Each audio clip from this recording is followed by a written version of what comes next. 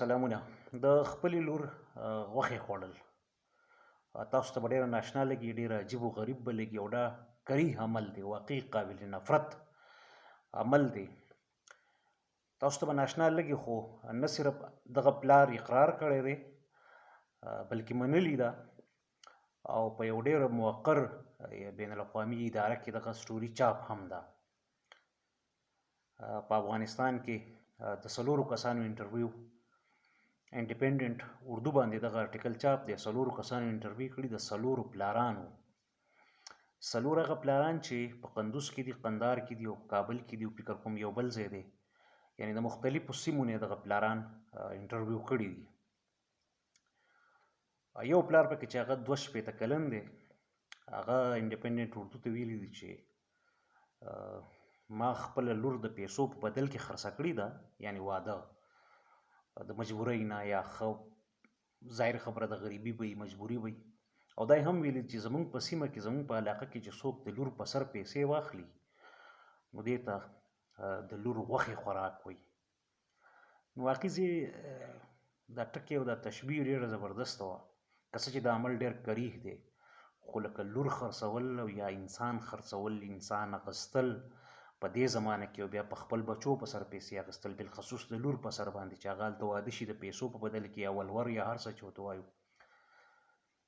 پکار ده چې په لور څنګه چې په زوی باندې خرچه کېږي، نو پکار ده چې انسان په لور باندې او په خور باندې همدغسې د هغې په واده کې یا د هغې په خوشحالۍ کې د ځانه خرچه وکړي. او زیاتره خلک داسې کوي، خو اوس هم په ځینې سیمو کې دا ناوړه رسم شته چې هغه یا رسمي ده دغلته او یا مجبوریانې دي، غربتونه دي یا ضروریات دي.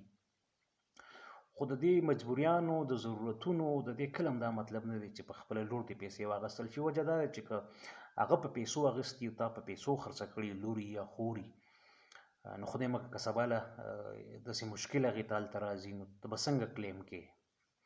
ځکه تا خدای مکړه دغه کریح عمل داسې کړی سره انجام کړی چې یعنې د یو څاروي په شان دې بدل کړي ده. نو بیا به ته څنګه حق لرې چې تپوس یې وکړي یا راشي یا کیني پاسي. دغه 4 سټوریانې په انډیپندنټ اردو باندې چاپ دي. د 9 کالو لکه د 11 کالو یو ماشوم یا 14 کالو هم پکې دغسې 20 کالو 15 کالو 18 کالو مختلفو خلکو ته واده شوي دي. غربت په دې سیمه کې دومره سوا دی، که څه چې وسایل ډېر دي، خو د وسایلو منصفانه تقسیم او انتظام او انصرام دا دلته په پښتنو سیمو کې بالخصوص دا ډېر زیات لوی مشکل دی او د انسانیت ته د انساني حقونو ډېرې سنګینې مسلې جوړې کړې دي. نو په دې باندې سوچ کول چې دی دا د هر باشعوره کس چې کوم دی نو ذمهواري ده، او په دې حواله خلک سینسټایز کول یا خلک آګاهي خورول، خلکو ته دا ور یادول چې دا ډېر ناوړه عمل دی، دا ډېر کریه او قابل نفرت، قابل مذمت او ډېر سپک عمل دی او دا د انسانیت توهین دی، د انساني تکریم خلاف ده، د انساني عظمتونو بهرحال دا خرڅول اخیستل خلاف دي. که څه چې مجبوریانې په خپل ځای، خو مجبوري کله هم دا نه جسټیفای کوي چې موږ د انسان واخلو، خدای مکړه یا د انسان خرڅ کړو. او بیا د زنانه او د رشتې د مقدس تړون چې کوم دی هغه دی د پیسو په بدل کې یعنې اویل کو یا دغه یو منیټایز دي کو، یعنې دونه د افسوسناکه خبره ده.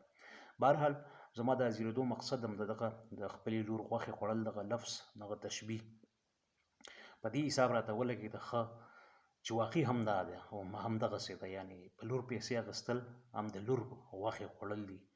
پکار ده چې ترېنه ډډه وشي او د ډډې تر څنګ نورو ته هم آګاهي ورکړل شي. د وخت راکولو مننه.